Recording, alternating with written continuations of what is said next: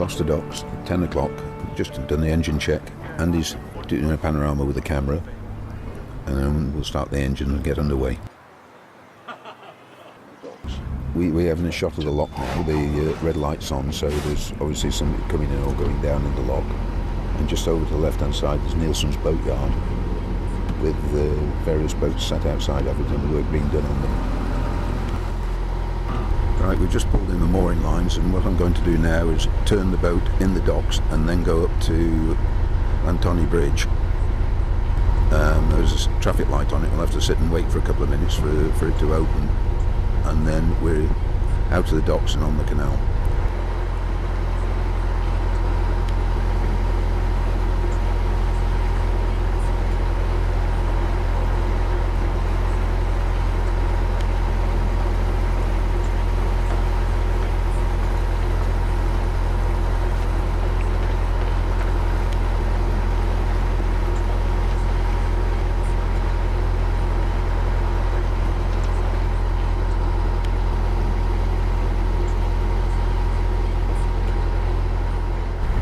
Down the docks, somebody working on a boat, and we're heading towards the lock itself. And what we'll do is turn around, start to turn now, and then head towards the bridge. And we've just done 360 degrees, and I think they've got some nice film. We're now heading up towards Llanthony Bridge. The lights are on red, so we'll get a little bit closer, and then we'll have to sit and wait until the bridge keeper decides to lift it up. I think in the daytime, the bridge doesn't open till half 9 in the morning, but it seems to have opened earlier, being used at Saturday morning. There's no general works traffic going across it. It's flashing, so it means that the guy has seen us. Now we'll just sit and watch the bridge go up. I'll have a coffee as well. Yeah. As soon as the bridge gets to its top, the guy switches the lights onto green. We're now on green, that means we can go. There's nothing coming. We have a green to go.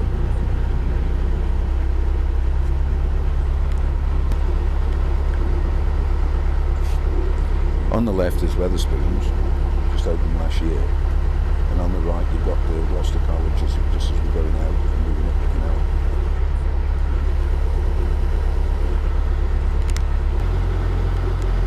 As you pass through the bridge, the bridge keeper takes a note of your boat and its name, and every bridge we go all the way up, there's a note and a name and a record kept.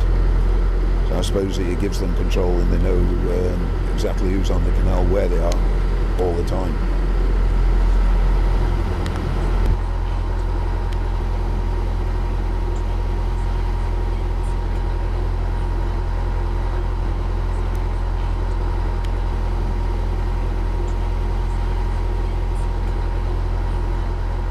Just on the right hand side we're passing the lightship Sula. It's been for sale for a number of years, but nobody seems interested in taking the option. You look very close at it, you can actually see the rivets and where it was built. It is, I suppose it's about 50-60 years old.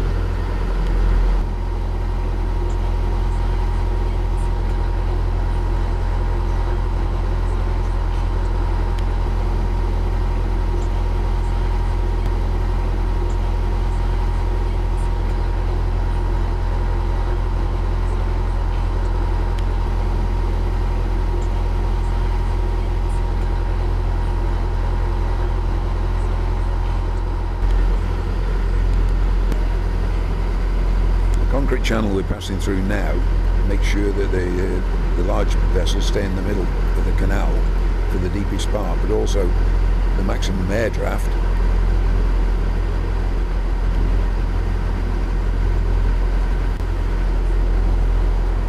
The whole thing lifts up if you're a much larger vessel, or a sailing ship for example. And on the right now is Sainsbury's.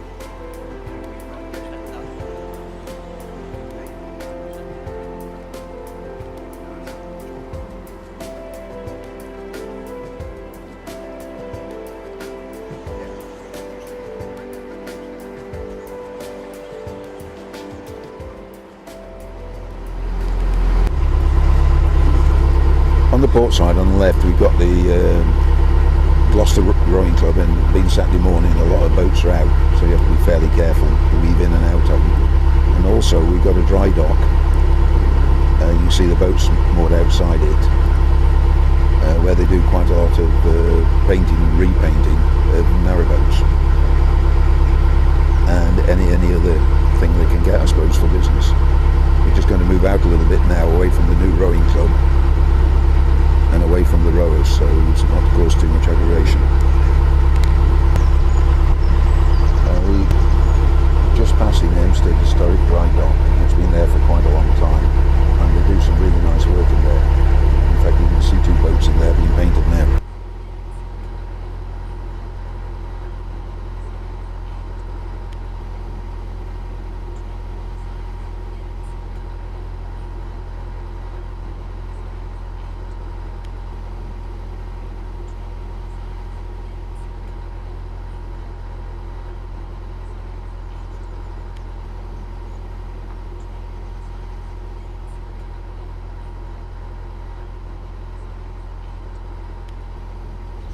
Just as we round this corner, we come to the second high-level bridge that only opens by demand, mainly to let the tall ships through, or anything with a large air draft.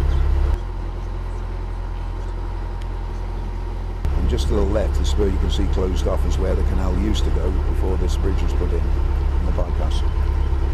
The Wye Invader came up here 5 years ago. We just squeezed underneath it. There you go, you just see it coming into view now.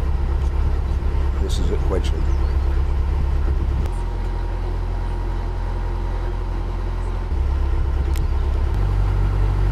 Nice thing about the Sharpness Canal is every mile there's a mileometer, and we're just passing the 14 mile, and also the other side is Gloucester is 2 miles.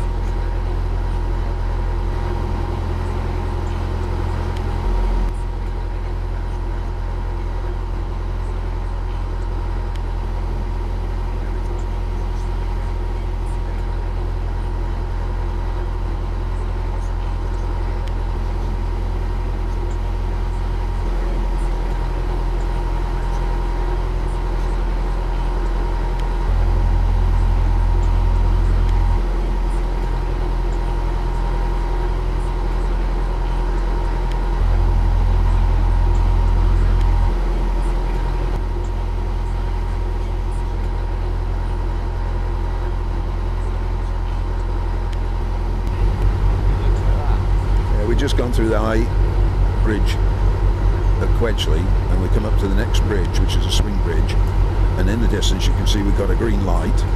There's a couple of more boats moored on either side, so I'll ease up just a little bit, and I think this one's got 3 meters of air draft, so you just about get under it. As we go a little bit further on, I think we'll be down to 2.2 meters, and that we might have to take the camera down for that.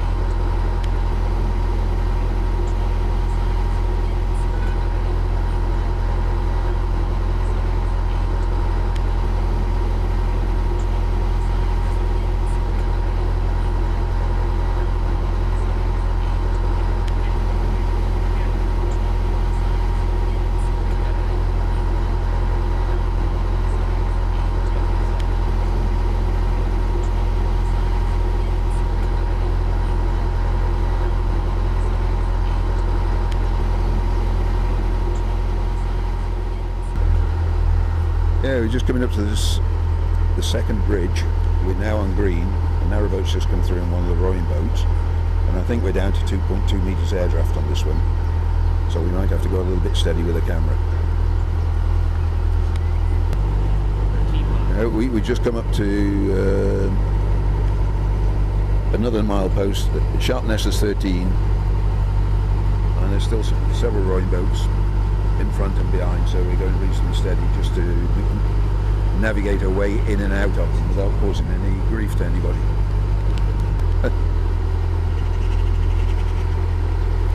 The nice thing about this bit of the canal is there's all sorts of wildflowers on either side, and we've actually just come past some comfrey.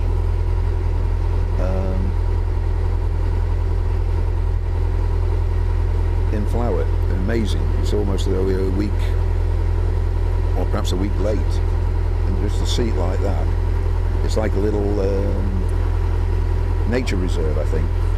On one side there's no access at all, and on the right hand side you've got the towpath, which is a cycleway, walkway, and generally you can see where the paths have been, places have been cut out so that fishermen, so there must be a contest to be held there shortly. And we just passed some more comfrey with purple flowers on. They're really quite nice.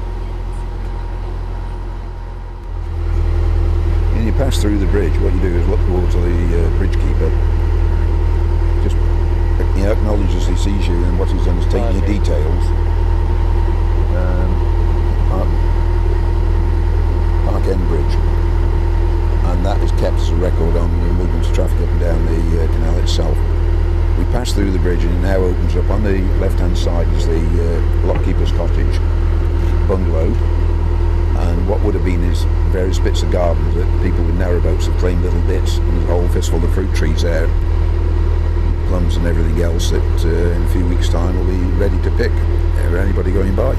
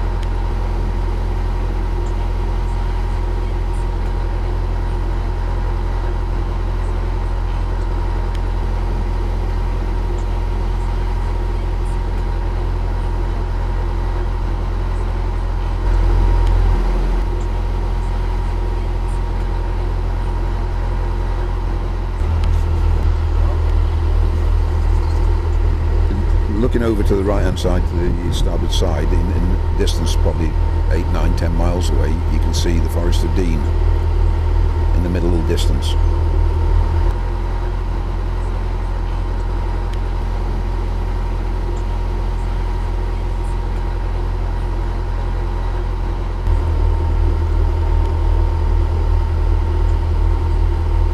Half a mile ahead, the two pylons, and that's Saul Junction. That's about the halfway stage, about 8.5 or 9 miles from Gloucester.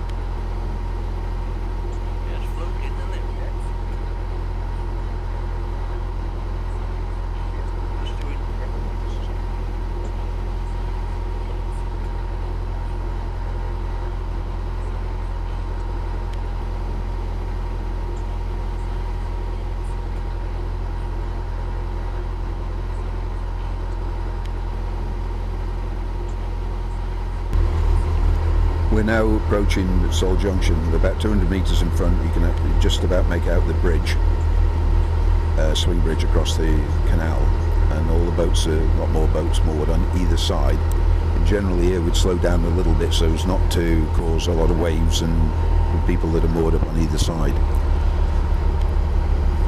There are two pylons behind it, which gives you some idea to locate it. About another 100 metres and we should see the red traffic light. Then we sit and wait until it turns onto green, and then we're in Saul Junction itself, where there's a cafe, toilets, showers and various other odds and ends that have provided you paid the Canal Trust licence and have got a key for access, which we have anyway. We'll look just to the left of the bridge, under the crane. You can see the crane in the background. The red traffic light's on the left hand side and you can see it's flashing, so it's controlled by cameras here, and the guy sits just around the corner in the little house. Clearly he can see us, so he's telling us he's seen us. So the gate is now just opening, so we ease down just a little bit. So by the time we get to the traffic lights, the bridge should be completely open and we go straight through, provided there's nothing coming this way.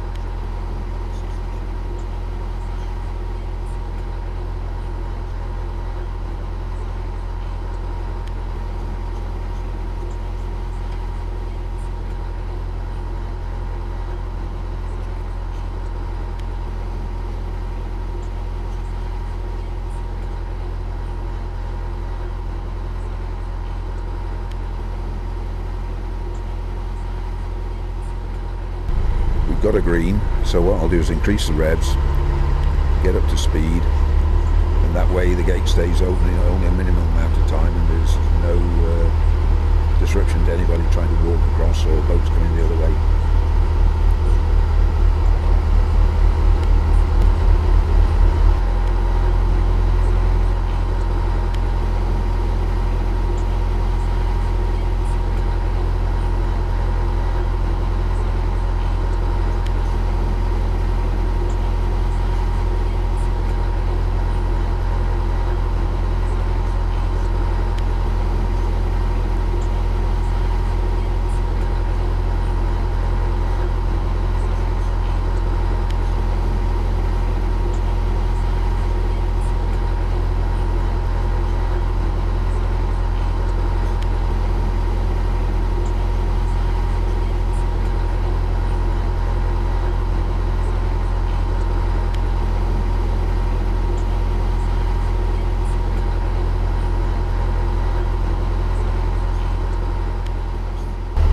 Pass through the bridge, we're then into Saul Junction proper. It's about a quarter of a mile with a boatyard on the left hand side, and also the entrance to Saul Marina Junction, where there's a pump out for the toilets.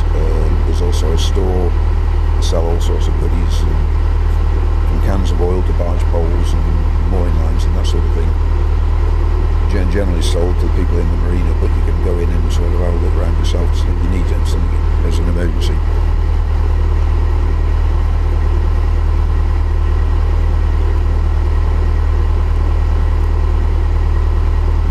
And just as we pass through where the bridge would be, there's a notice that says no left turn. If you want to go to the marina, you go through, turn round, and then come back through when the bridge is closed.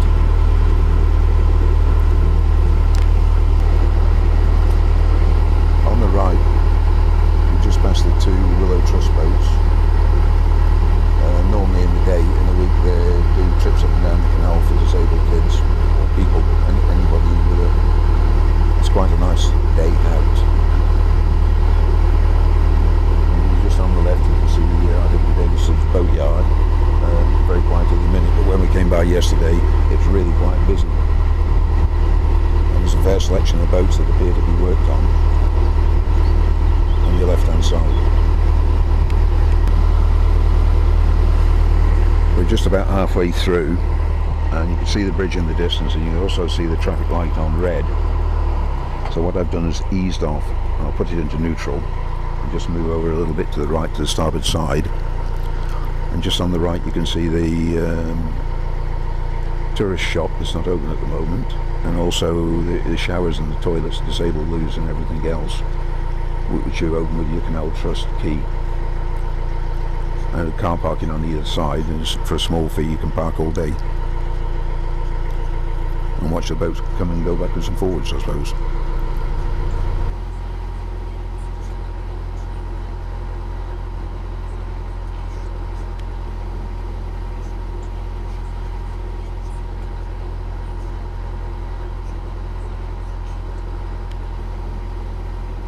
And now we've got a red light that's flashing, so it looks as though we've been seen.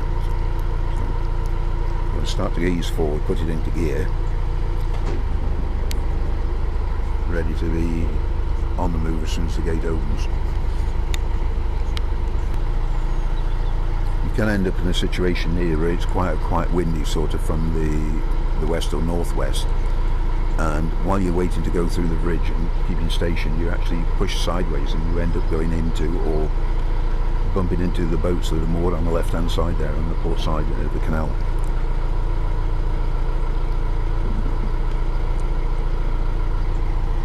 And just on the right, just this side of the bridge, you'll see the little cafe that's open all day and sells alcoholic drinks as well as some nice food.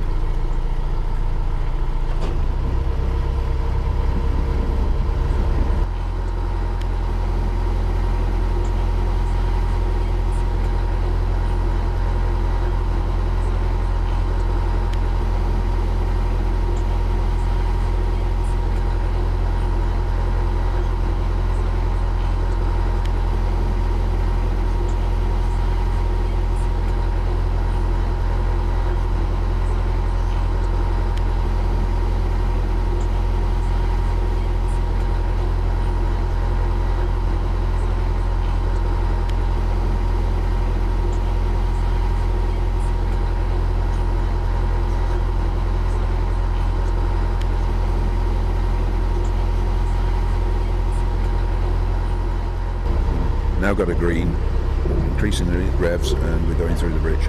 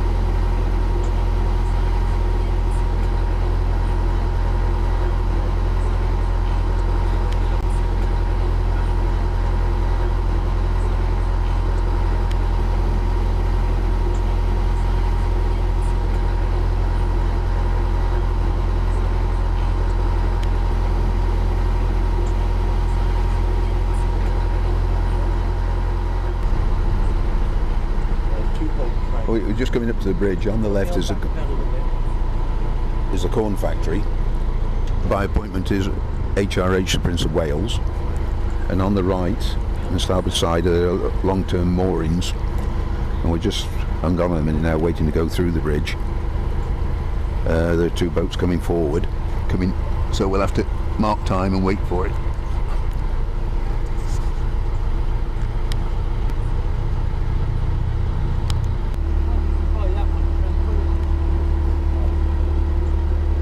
On the left-hand side, we've just passed Frampton and Green, the biggest, apparently the largest village green in England. It's supposed to be about a mile long.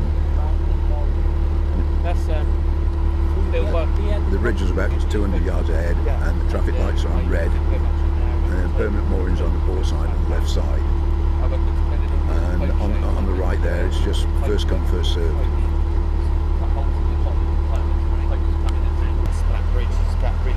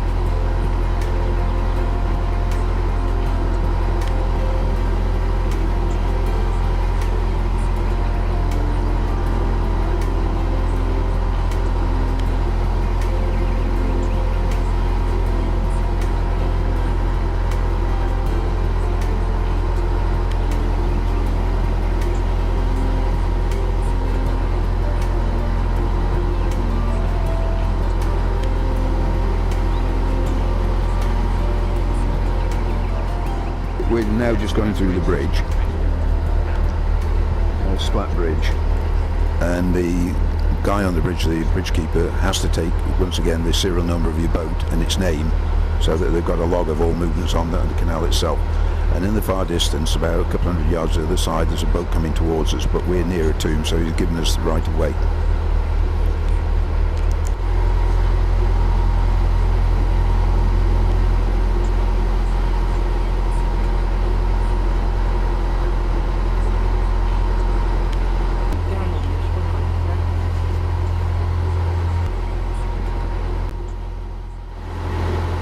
As soon as you see the large grey house on the left-hand side, you know just round the corner on the left-hand side is the red light and the next bridge.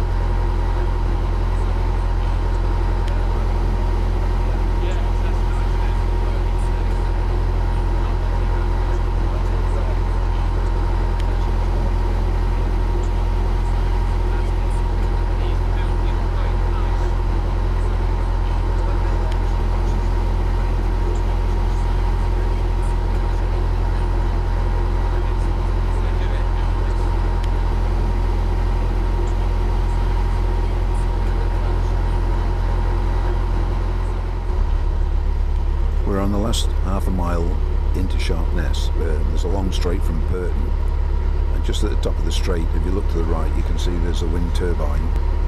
As we get to the top, you also pass through what remains of the original bridge across the Severn, the railway bridge from the Forest of Dean into Sharpness Docks, which was destroyed, I think, in 1966 when two tankers went past Sharpness and in the fog and collided and set the whole river up to Gloucester afire with burning oil and petrol. And I think 4 or 5 guys were killed in the incident, and then the bridge was demolished.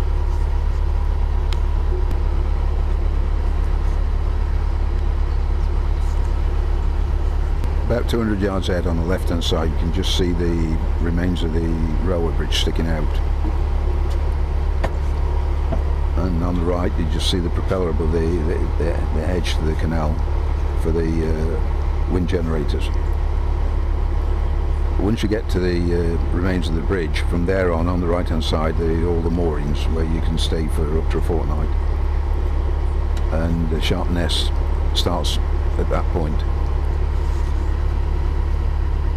We're now just passing through the remains of the Rail 7 crossing, which was destroyed as in 1965 or 66 when two tankers in the fog crashed into them.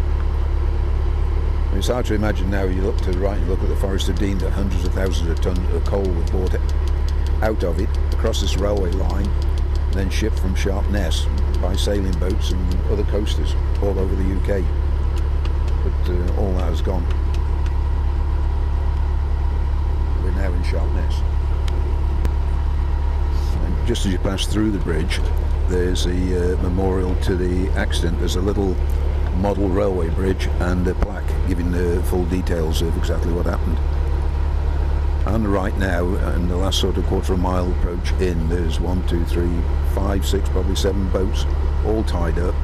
In the summer, this lot is one end to the other as boats moored. People come to have a look and then go back into the canal system.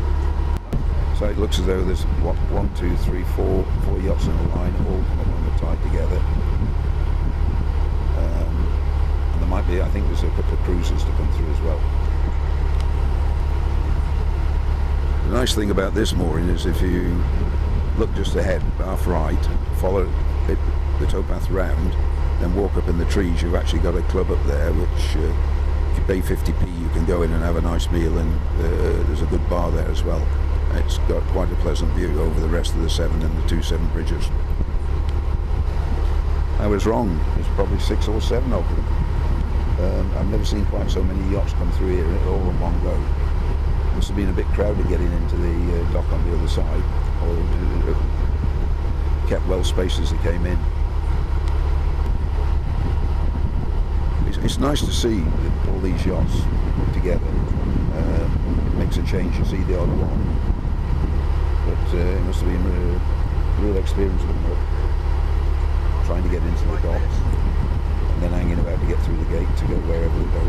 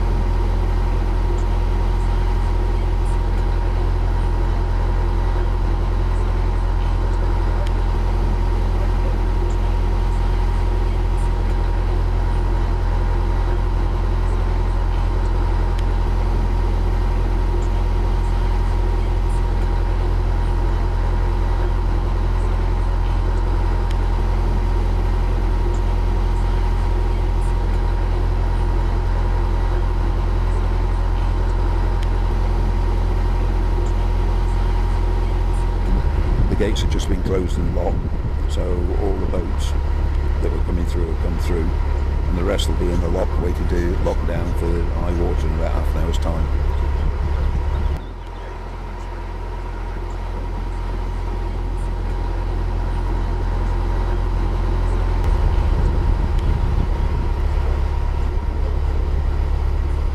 We're now entering into Sharpness Marina. You can see in the distance the Forest of Dean. Most of the narrowboats and cruisers are on the port side, on the left side, and there's 1 or 2 sailing boats. A little bit more draft towards the bottom left-hand corner. I'm just looking for my mooring on the left, and what we do is turn into it